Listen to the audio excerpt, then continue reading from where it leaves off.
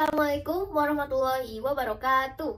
Perkenalkan, nama saya Novariza Zahra Nabilah dari kelas 12 IPS 1. Di sini saya akan menjelaskan materi mengenai Indonesia pada masa Orde Baru, di mana masa Orde Baru ini berlangsung dari tahun 1967 sampai 1998. Nah, sebenarnya apa sih yang menjadi latar belakang lahirnya masa Orde Baru ini? Lalu kenapa pada saat peralihan masa Presiden Soekarno ke Soeharto itu tidak melalui pemilu?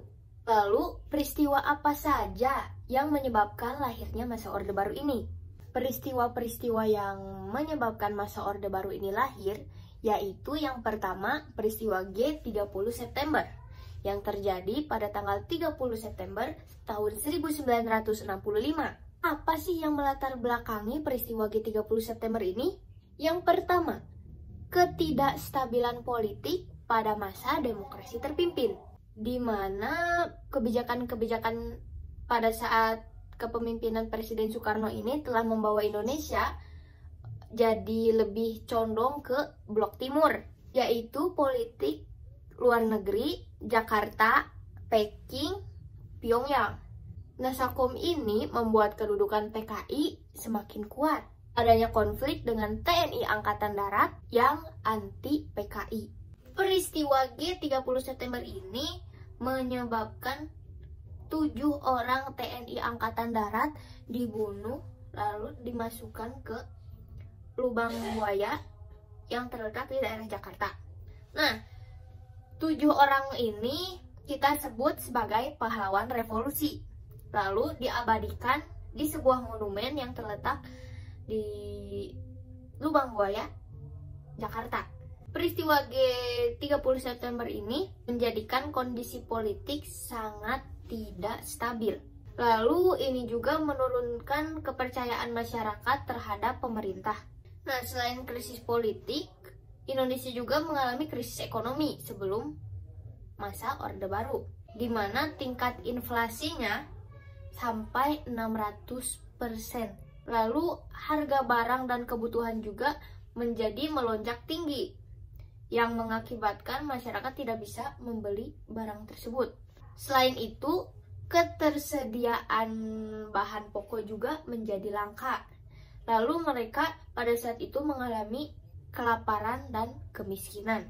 Tapi pemerintah ini malah membangun proyek mercusuar seperti Tugu Monas, Stadion Gelora Bung Karno, Gedung Sarinah, Hotel Indonesia dengan patung selamat datang. Itu membuat masyarakat ini marah. Nah, karena masyarakat ini marah, jadi mereka melakukan aksi-aksi untuk menuntut penyelesaian G30 September. Nah, aksi-aksi ini dilakukan oleh yang pertama, Kesatuan Aksi Mahasiswa Indonesia atau KAMI. Lalu Kesatuan Aksi Pemuda Indonesia, Kesatuan Aksi Pelajar Indonesia, Kesatuan Aksi Sarjana Indonesia, Kesatuan Aksi Buruh Indonesia, Kesatuan Aksi Wanita Indonesia, dan Kesatuan Aksi Guru Indonesia. Mereka ini bersatu lalu membentuk Front Pancasila pada tanggal 26 Oktober tahun 1965. Lalu pada tanggal 12 Januari 1966, Kesatuan Front Pancasila ini mendatangi DPR GR, lalu mengajukan Tritura, Tri Tuntutan Rakyat. Tritura ini berisi yang pertama, bubarkan PKI, yang kedua, bersihkan kabinet dari unsur-unsur G30 PKI, lalu turunkan harga. Tetapi ini tidak dipenuhi oleh Presiden Soekarno.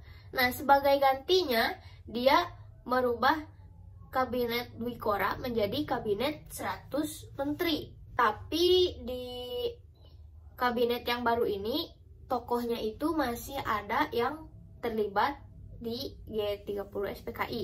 Jadi pada saat pelantikan kabinet 100 menteri pada tanggal 24 Februari 1966 ini, yang Kesatuan Front Pancasila ini melakukan demonstrasi. Mereka memenuhi jalan-jalan menuju Istana Merdeka.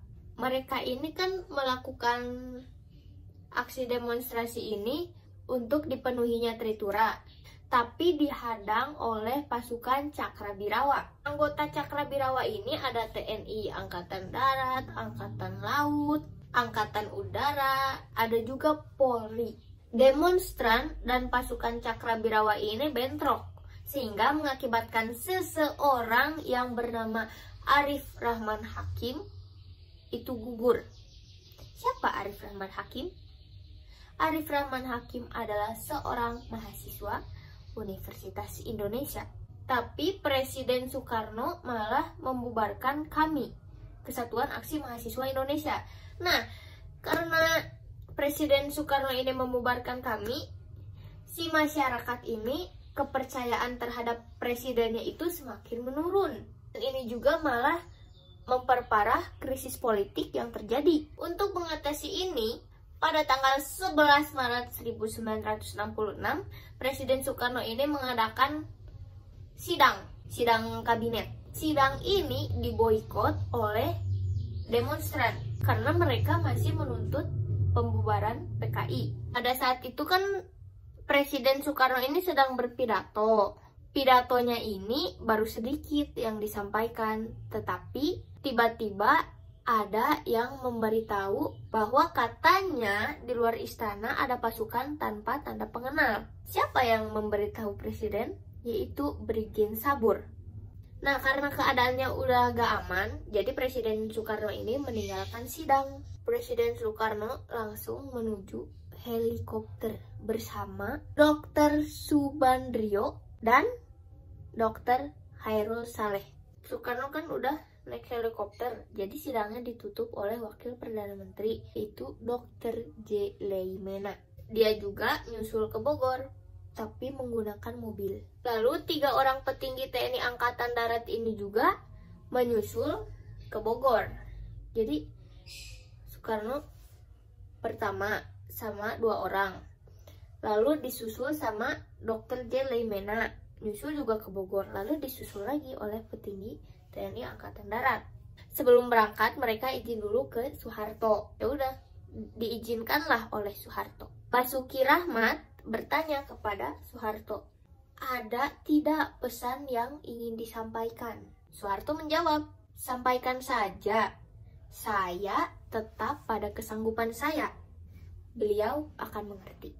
Nah, maksudnya kesanggupan ini apa? Ternyata maksudnya adalah Soeharto ini sanggup untuk membubarkan PKI, asalkan Soeharto mendapat kebebasan bertindak dari Presiden Soekarno. Lalu di Istana Bogor pada tanggal 11 Maret 1966, Presiden Soekarno membuat surat perintah yang disebut sebagai Super Semar atau Surat Perintah 11 Maret. Nah, Super Semar ini ditujukan kepada Letjen Soeharto. Super Semar ini berisi pemberian mandat kepada Soeharto untuk memulihkan kondisi politik dan kewibawaan pemerintah. Nah, keluarnya Super Semar ini dianggap sebagai tonggak lahirnya masa Orde Baru. Super Semar ini kan diberikan kepada Soeharto. Otomatis Soeharto kan menerima. Besoknya pada tanggal 12 Maret 1966, Soeharto ini membubarkan dan melarang PKI beserta ormas-ormasnya di seluruh Indonesia. Nah, tindakan dia ini mendapat dukungan dari rakyat karena rakyat menganggap bahwa itu sudah memenuhi salah satu Tritura. Soekarno kan membubarkan Kesatuan Aksi Mahasiswa Indonesia. Karena tindakan Soekarno ini menurunkan pamor Soekarno sebagai presiden. Karena Soekarno ini dianggap sebagai pemimpin yang tidak aspiratif.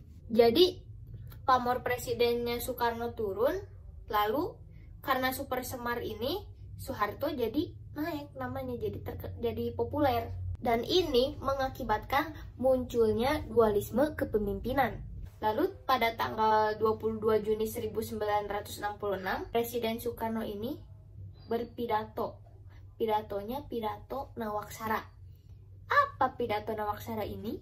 Yaitu sebagai pertanggungjawaban Soekarno terhadap peristiwa G30 SPKI. Tapi isi pidato Nawaksara ini ditolak oleh MPRS. Sedangkan awal Juli 1966-nya Super Semar ini dijadikan sebagai ketetapan MPRS. Soekarno gak bisa mencabut Super Semar. Dan kedudukan Soeharto sama dengan kedudukannya Soekarno, yaitu sebagai mandataris MPRS. Lalu Soeharto diberi mandat untuk membentuk kabinet baru yang bernama Kabinet Ampera pada tanggal 28 Juli 1966. Tugas utama Kabinet Ampera ini yaitu menciptakan kestabilan politik dan ekonomi. Dari dualisme kepemimpinan nasional ini menimbulkan pertentangan masyarakat. Jadi ada yang dukung Soekarno dan ada yang mendukung Soeharto. Ini membahayakan persatuan dan kesatuan bangsa Indonesia. Situasi politik di Indonesia ini jadi semakin memanas. Dan para pimpinan ABRI membujuk Soekarno agar dia ini menyerahkan kekuasaannya kepada Soeharto. Kenapa ini dilakukan? Karena demi mencegah perpecahan rakyat dan menyelamatkan lembaga kepresidenan dan untuk Soekarno-nya sendiri. Lalu Soekarno kan punya sahabat. Nah, sahabatnya ini memohon kepada Soekarno agar Soekarno ini mengakhiri dualisme kepemimpinan. Dia ngasih saran ke Soekarno supaya Soekarno ini menyatakan diri nonaktif di sidang MPRS dan menyetujui pembubaran PKI. Ya udah, akhirnya Presiden Soekarno ini setuju. Lalu pada tanggal 22 Februari 1967, Presiden Soekarno mengundurkan diri dari jabatannya. Lalu pada tanggal 7 Maret 1967 ada sidang istimewa MPRS yang menghasilkan ketetapan MPRS nomor 30 yang berisi penarikan mandat Soekarno atas segala kekuasaannya dalam pemerintahan Indonesia. Lalu MPRS mengangkat Soeharto sebagai Presiden Republik Indonesia. Pelantikan Presiden Soeharto ini oleh Ketua MPRS pada tanggal 12 Maret 1967. Nah, dari sinilah masa Orde Baru ini dimulai. Ciri Orde Baru dapat kita lihat dari adanya dui fungsi ABRI, para prajurit militer yang ikut bekerja dalam ranah pemerintahan. Hal itu dianggap sebagai menguatnya KKN dalam rezim Orde Baru. Yang kedua, terbatasnya pemilihan politik. Jadi waktu diadakannya pemilu tahun 1977 itu hanya diikuti oleh 3 partai. Apa saja 3 partai itu? PDI, PPP, dan Golkar. Kenapa sih kok 3 aja? Itu tujuannya untuk membatasi banyaknya ideologi. Tapi di dalam pemilunya tetap Golkar yang menang. Selanjutnya, masa di mana Orde Baru ini mengalami keruntuhan. Krisis ekonomi pada 1977, krisis kepercayaan, ya itu kepercayaan masyarakat kepada pemerintah yang mengakibatkan demonstrasi secara besar-besaran. Sampai-sampai saling tembak. Masyarakat semakin kecewa ketika mereka mendengar dan mengetahui bahwa Soeharto menjadi presiden pada saat pemilu ke-6. Akhirnya, masyarakat khususnya mahasiswa melakukan demonstrasi secara besar-besaran. Mereka juga menuntut adanya demonstrasi pada tahun 1998. Akhirnya, Soeharto menyerah dan mengundurkan diri pada tanggal 21 Mei tahun 1998. Baiklah, mungkin cukup sekian penjelasan mengenai masa Orde Baru. Saya Nova Rizal Nabila pamit undur diri. Wassalamualaikum warahmatullahi wabarakatuh.